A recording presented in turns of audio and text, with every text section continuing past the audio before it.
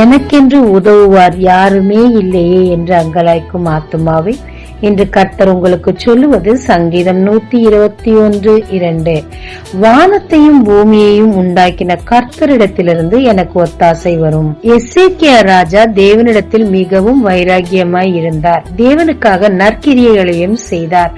அவருக்கு 2 விதமான பிரச்சனைகள் வந்தது. 2லும் அவர் தேவனை நோக்கி பார்த்தார். 2லும் தேவன் வானத்திலிருந்து அவருக்கு ஒத்தாசை அனுப்பி அவருக்கு உதவினார். 1. சனகரிப் தேவ ஜனங்களுக்கும் எசேக்கியா ராஜாவுக்கும் விரோதமாக தூஷணமான வார்த்தைகளை பேசி ராஜாவின் இருதயம் மனம் அடிவாகும்படி செய்தார். ராஜாவோ மற்ற ராஜாக்களின் உதவியை தேடவில்லை, பரிகாரிகளை தேடவில்லை. பரிகாரியான கர்த்தரை நோக்கி கெஞ்சி மண்டியிட்டு முறையிடுகிறார். தேவனும் அவருடைய ஜெபத்தை கேட்டு நேரடியான ஒத்தாசை அனுப்பி தூதர்களை கொன்று அநேகரை கொன்று போட்டார். சனகரிப் ராஜாவும் மடிந்து போனான்.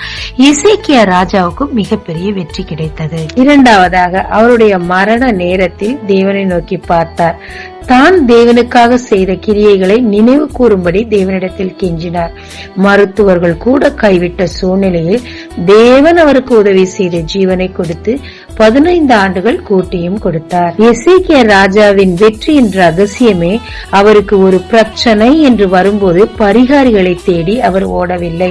பரிகாரரான கர்த்தரை நோக்கி பார்த்தார். மன முருக அந்த வேத வசனங்களை வாசிக்கும் போது தெரியும், தேவனுடைய இருதயம் கரையும் அளவுக்கு தேவனிடத்தில் நினைப்பூட்டி கெஞ்சி ஜெபித்தார்.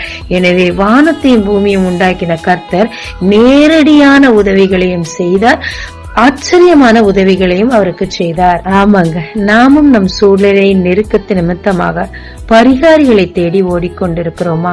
பரிகாரரான கர்த்தர் நமக்காக இருக்கிறார். தன் ஜீவனையே நமக்காக கொடுத்தவர் கூட எதைத்தான் கொடுக்க மாட்டார். ஆனால் ஜெபிக்கும் வண்ணமாக என் நாமத்தில் நீ எதை கேட்டாலும் தருவேன் என்று சொன்னாரே, வாக்கு தத்தங்களை பிடித்துக் கொண்டு நாம் ஜெபிக்கும் போது தேவனிடத்திலிருந்து நேரடியான ஒத்தாசை நமக்கு வரும் என்பதில் சந்தேகம் இல்லைங்க. விசுவாசிங்க, பெற்றுக்கொள்ளுங்க. ஜெபிக்கலாமாங்க. தேவரீர், இந்த உலகத்தில் எனக்கு என்று ஒத்தாசை செய்ய யாரும் இல்லை, என்னை புரிந்து கொள்ள யாரும் இல்லை. தேவரீர், நான் உமக்காக சின்னதாய் நின்ற காரியங்களை நினைவு கூர்ந்து உம்முடைய ஒத்தாசை எனக்கு அனுப்பி இந்த சூழ்நிலையிலிருந்து என்னை விடுவியும். எனக்கு சுகத்தை தாரும், தேவைகளை சந்தியும். இயேசு மூலம் பிதாவே, ஆமென். இயேசு கிறிஸ்துவின் நாமத்தில் இந்த நாளில் உங்களை ஆசீர்வதிக்கும் ஜீசஸ் விஷன்.